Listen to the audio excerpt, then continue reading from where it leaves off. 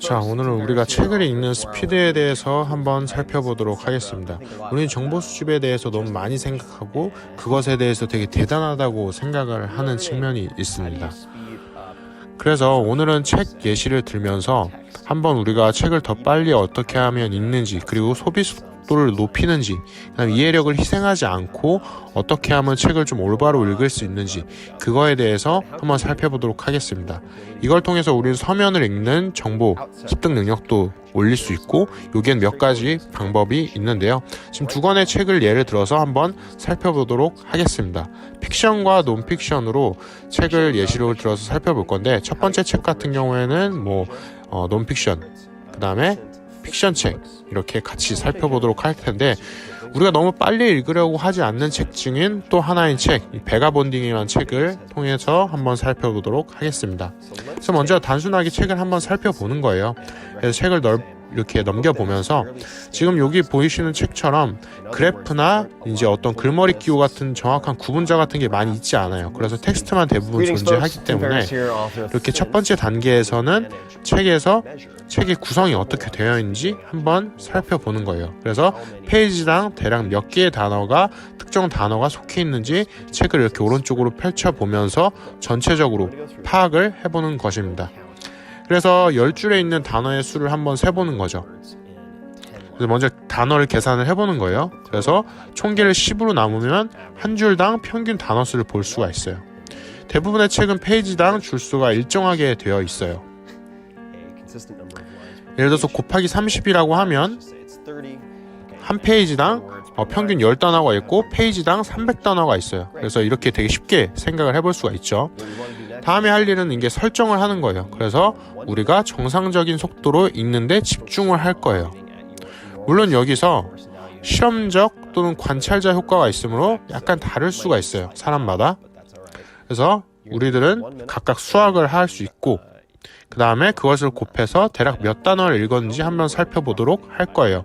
그래서 분당 단어 속도인 WPM이며, 우리가 해야 될 일은 그거에 대해서 우리가 책을 읽도록 계산을 해보는 거예요. 근데 이 방법이 2배 또는 3배로 책을 빨리 읽을 수 있는데 이 방법을 도와줄 거예요.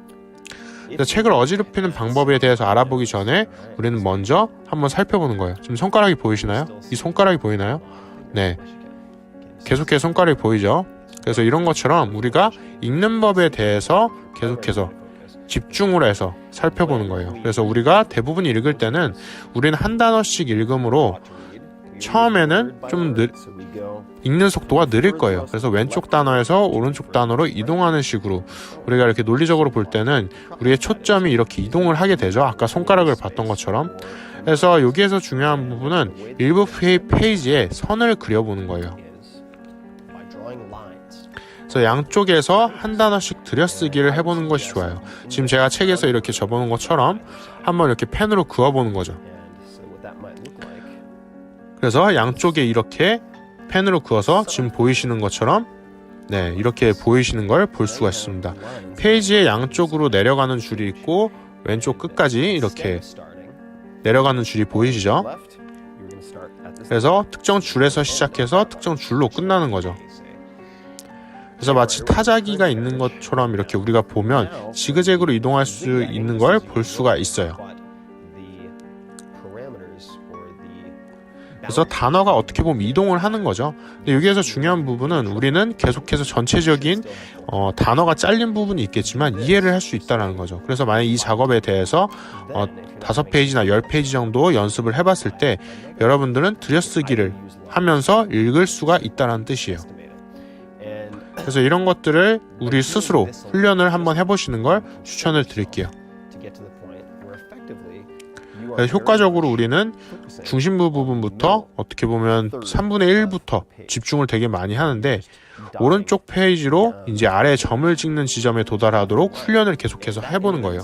마침표가 있는 쪽으로 우리가 글이 끝난다는 걸 알기 때문에 그렇게 집중을 할 수가 있는 거죠. 그래서 다음 관찰은 눈이 왼쪽에서 오른쪽으로 이렇게 보이는 게까지 눈이 깨끗하고 부드러운 선으로 수정하지 않는 거죠. 텍스트를 그래서 우리가 테스트를 한번 해보면 한쪽 눈을 감고 그 위에 손가락을 대보는 거죠. 눈을 뜬 다음에 반대쪽 벽을 가로질러서 천천히 보면은 눈이 어떻게 보면 빠르게 점프한다는 걸 볼 수가 있어요. 그래서 고정점을 가리키면은 우리가 책을 좀 더 스캐닝 하듯이, 책을 추적하듯이 읽을 수가 있습니다. 실제 연구실에서도 이런 작업들, 프린스턴 대학교에서도 많이 실행을 했는데 Thinking Fast Slow를 쓴 데니얼 카너먼 교수도 스페이스를 클릭하면서 화면에 있는 내용을 보면서 다른 곳에서 어떻게 보면 이런 훈련 같은 것들을 진행을 하면서 테스트를 진행해봤다고 해요. 그래서 우리가 실제로 책을 읽을 때도 각 라인마다 매끄럽게 책을 읽는 게 아니라 어떻게 보면 고정해서 비슷한 단어가 튀어나올수록 그것들을 스캐닝하듯이 점프하듯이 책을 읽는다라는 거죠. 그래서 고정 지점이 적을수록 우리는 책을 읽는 속도가 좀 더 빨라지는 거죠.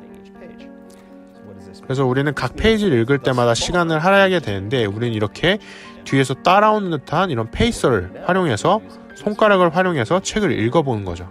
그래서 지금 저처럼 책을 한번 손에 대고 손가락으로 이렇게 추적을 해보는 거예요. 그래서 이렇게 손가락으로 추적하면서 읽으면 우리는 어떤 그 책을 천천히 읽는 게 아니라 그 손가락을 따라서 책을 읽는 걸 볼 수가 있어요. 이렇게 하면은 두 줄을 대여섯 번 읽은 것처럼 좀 이렇게 부분적으로 눈이 피곤하다고 좀 건너뛸 수 있겠지만 모든 것을 뛰어다니기 때문에 손가락이 하나의 마커 역할을 해주는 거예요. 그래서 이렇게 하면서 책을 한번 읽어보는 거예요. 그래서 예를 들어서 손가락으로 여러분들 10분 동안 이렇게 테스트를 해봤다고 해봐요. 그럼 책 읽는 속도가 굉장히 줄어들 수도 있을 텐데 다음 줄로 다시 이동하면서 멈추고 이동하고 이런 고정수를 좀 손가락으로 가리킨 부분을 최소화하면서 여러분들이 이해력을 좀 더 높여보는 거예요.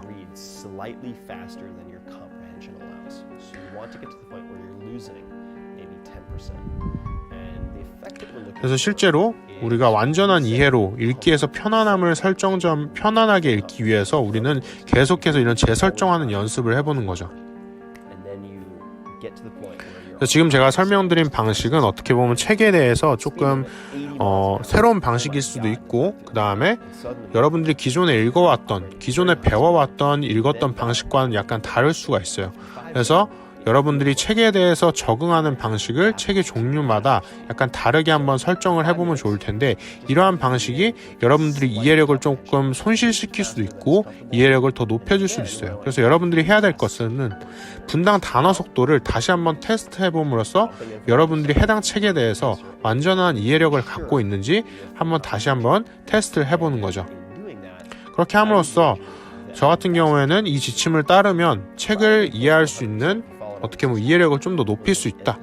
그래서 또는 여러분 중 일부는 이해력을 소실시키지 않고 읽기 속도를 2배, 3배, 4배로 늘릴 수 있다는 걸 좀 확신할 수 있습니다.